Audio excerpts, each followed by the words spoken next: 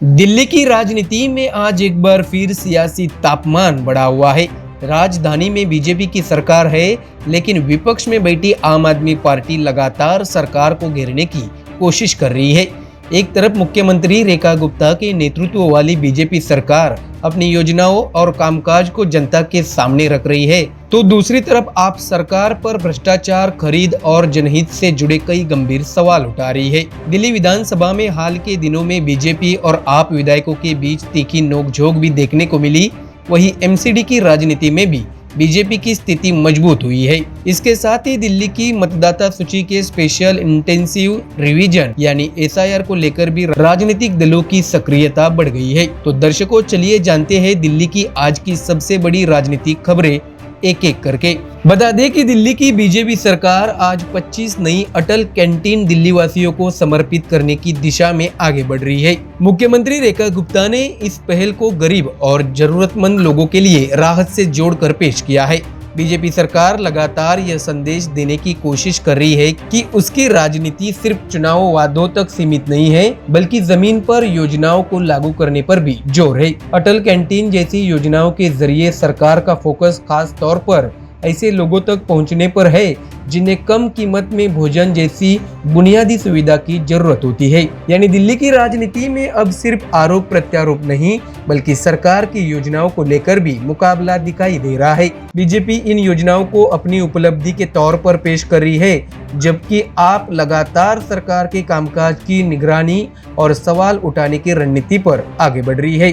दर्शकों, जानकारी दें कि आप नेता और दिल्ली के पूर्व मंत्री सौरभ भारद्वाज ने दिल्ली सरकार पर कथित 22,000 करोड़ रुपए के चावल घोटाले की योजना का आरोप लगाया। भारद्वाज का आरोप है कि गरीबों के लिए निर्धारित चावल की खरीद और उससे जुड़ी प्रक्रिया में गड़बड़ी की तैयारी की जा रही है। रिपोर्टों के मुताबिक उन्होंने इस मामले में कई पक्षों को जोड़ते हुए सवाल उठाए हैं।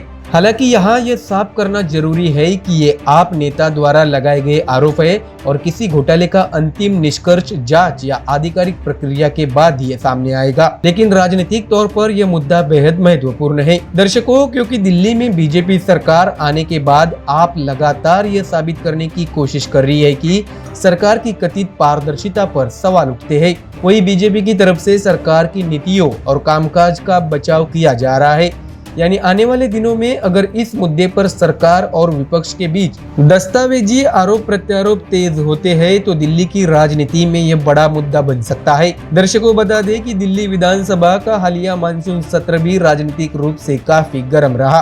विधानसभा में आप विधायक कुलदीप कुमार और बीजेपी विधायक रवि नेगी के बीच तीखी बहस की स्थिति सामने आई। दोनों पक्षों के विधायक अपनी अपनी बात पर जोर देते नजर आए। यह घटना बताती है कि दिल्ली विधानसभा में सत्ता पक्ष और विपक्ष के बीच राजनीतिक दूरी कितनी बढ़ चुकी है।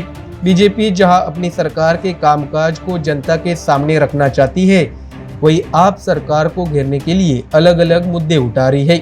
दिल्ली की राजनीति में यह टकराव आने वाले समय में और बढ़ सकता है, क्योंकि आप अभी विपक्ष में हैं और बीजेपी पहली बार लंबे अंतराल के बाद दिल्ली की सत्ता में है।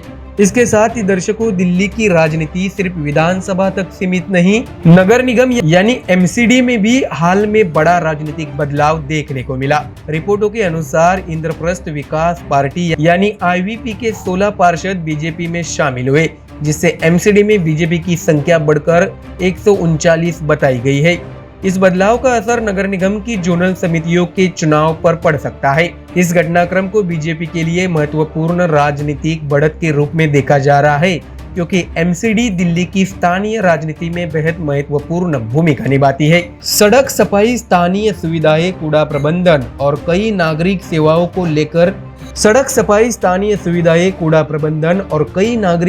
को लेकर जनता सीधे नगर निगम से जुड़ी रहती है।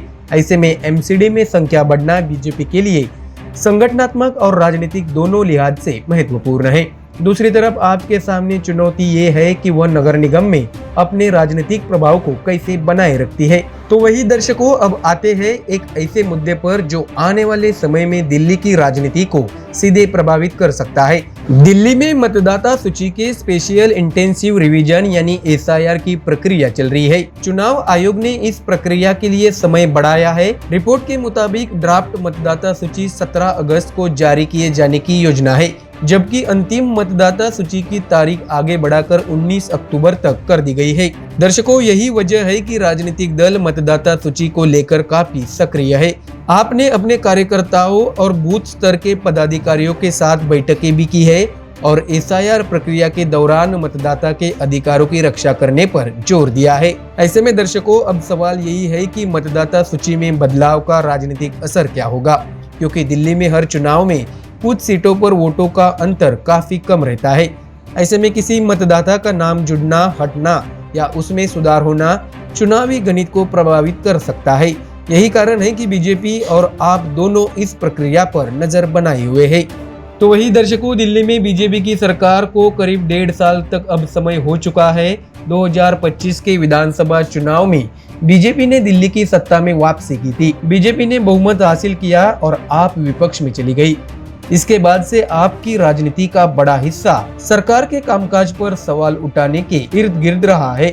वही बीजेपी लगातार यह संदेश देती रही है कि वह दिल्ली में प्रशासन और विकास के मुद्दों पर फोकस कर रही है। मुख्यमंत्री रेखा गुप्ता की सरकार के सामने अब सबसे बड़ी चुनौती यही है कि वह अपने चुनावी वादों को लगातार जमीन पर लागू करे और जनता के बीच अपनी सरकार की अलग पहचान बनाए। दूसरी तरफ आपके सामने चुनौती है कि विपक्ष में रहते हुए वह जनता के बीच अपना राजनीतिक आधार फिर मजबूत करे। तो वही दर्शकों, दिल्ली सरकार की महिला केंद्रित योजनाएं भी राजनीतिक चर्चा का हिस्सा बनी हुई है। मुख्यमंत्री रेखा गुप्ता ने महिलाओं से जुड़ी योजनाओं को लेकर सरकार की प्रतिबद्धता दोहराई है। हाल के दिनों में उन्होंने महिला लाभार्थियों और सरकार की योजनाओं से जुड़े मुद्दों पर भी अपनी बात रखी है। बीजेपी इसे महिला सशक्तिकरण और सीधे लाभ से जोड़ रही है। वही विपक्ष सरकार की योजनाओं की आर्थिक व्यवहार्यता और क्रियान्वयन पर सवाल उठा रहा है। यानी आने वाले दिनों में महिलाओं के लिए सरकारी योजनाएं भी दिल्ली की राजनीति का बड़ा चुनावी और राजनीतिक मुद्दा बन सकती है। बता दें कि 15 अगस्त के कार्यक्रम के बाद वंदे मातरम को लेकर बीजेपी और कांग्रेस के बीच राष्ट्रीय स्तर पर विवाद तेज हुआ है। दिल्ली स्थित कांग्रेस मुख्यालय में स्वतंत्रता दिवस कार्यक्रम के दौरान वंदे मातरम को लेकर सामने आए वीडियो और उस पर बीजेपी नेताओं की प्रतिक्रियाओं ने राजनीतिक बहस को बढ़ा दिया है। बीजेपी नेताओं ने कांग्रेस नेतृत्व पर सवाल उठाए हैं, जबकि कांग्रेस ने बीजेपी पर मुद्दों की राजनीतिक रूप से इस्तेमाल करने का आरोप लगाया। गृह मंत्री अमित शाह ने भी इस विवाद पर कांग्रेस नेतृत्व पर तीखी टिप्पणी की है। वही कांग्रेस की ओर से कहा गया है कि बीजेपी महत्वपूर्ण राष्ट्रीय मुद्दों से ध्यान हटाने के लिए इस तरह के विवाद को हवा दे रही है। दिल्ली देश की राजधानी होने के कारण यहाँ होने वाला कोई भी बड़ा राजनीतिक विवाद राष्ट्रीय स्तर पर चर्चा का विषय बन जाता है। इसलिए वंदे मातरम विवाद का असर भी सिर्फ दिल्ली तक सीमित नहीं रहने वाला है। तो वही दर्शकों, दिल्ली में हाल की भारी बारिश और जलभराव ने भी सरकार और विपक्ष को आमने सामने ला दिया है। भारी बारिश के दौरान कई इलाकों में जलभराव और यातायात प्रभावित हुआ। इसके बाद दिल्ली कांग्रेस और आप ने सरकार की तैयारियों और जल निकासी व्यवस्था पर सवाल उठाए।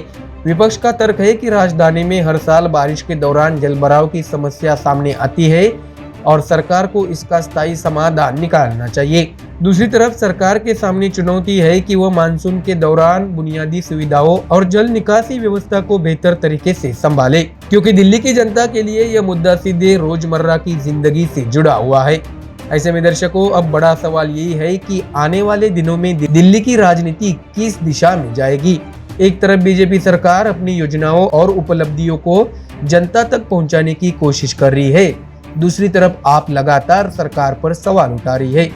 एमसीडी में बीजेपी की बढ़ती ताकत, विधानसभा में तीखी बयानबाजी, चावल खरीद को लेकर आपके आरोप, एसआईआर की मतदाता सूची और महिला योजनाएं, ये सभी मुद्दे आने वाले समय में दिल्ली की राजनीति को प्रभावित कर सकते हैं। इसके अलावा कांग्रेस भी दिल्ली की राजनीति में अपनी जगह बनाने की कोशिश कर रही है। इस समय दिल्ली में मुकाबला सिर्फ बीजेपी बनाम आप तक सीमित नहीं है, कांग्रेस भी अपना राजनीतिक आधार मजबूत करने की कोशिश में है। लेकिन फिलहाल सबसे बड़ा राजनीतिक मुकाबला बीजेपी सरकार और आप के बीच दिखाई दे रहा है। ऐसे में कुल मिलाकर 16 अगस्त 2024 को दिल्ली की राजनीति में कई मोर्चों पर हलचल तेज है। मुख्यमंत्री रेखा गुप्ता की सरकार अटल कैंटीन और दूसरी योजनाओं के जरिए अपने कामकाज को जनता के सामने रख रही है। आप सरकार पर चावल खरीद को लेकर गंभीर आरोप लगा रही है। दिल्ली विधानसभा में बीजेपी और आपके बीच टकराव देखने को मिल रहा है। एमसीडी में भी बीजेपी की ताकत बढ़ी है।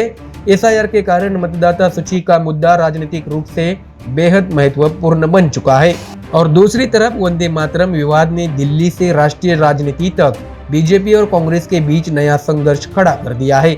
अब देखना होगा कि आने वाले दिनों में इनमें से कौन सा मुद्दा दिल्ली की राजनीति का सबसे बड़ा मुद्दा बनता है। क्या बीजेपी अपनी सरकार के कामकाज के दम पर दिल्ली में अपना आधार और मजबूत करेगी? क्या आम आदमी पार्टी विपक्ष में रहते हुए फिर से जनता का भरोसा जीत पाएगी? और क्या कांग्रेस इन दोनों के बीच अपनी राजनीतिक जगह बना पाएगी? इन सवालों का जवाब आने वाले दिनों की राजनीति में ही मिलेगा। आपको क्या लगता है, दिल्ली में बीजेपी सरकार के सामने आपकी सबसे बड़ी चुनौती क्या है? अपनी राय कमेंट में जरूर बताइए। अगर आपको दिल्ली और देश की राजनीति की ऐसी ही ताज़ा और महत्वपूर्ण खबरें चाहिए तो MDR न्यूज को सब्सक्राइब करें, वीडियो को लाइक करें और इसे ज़्यादा से ज़्यादा लोगों तक शेयर करें।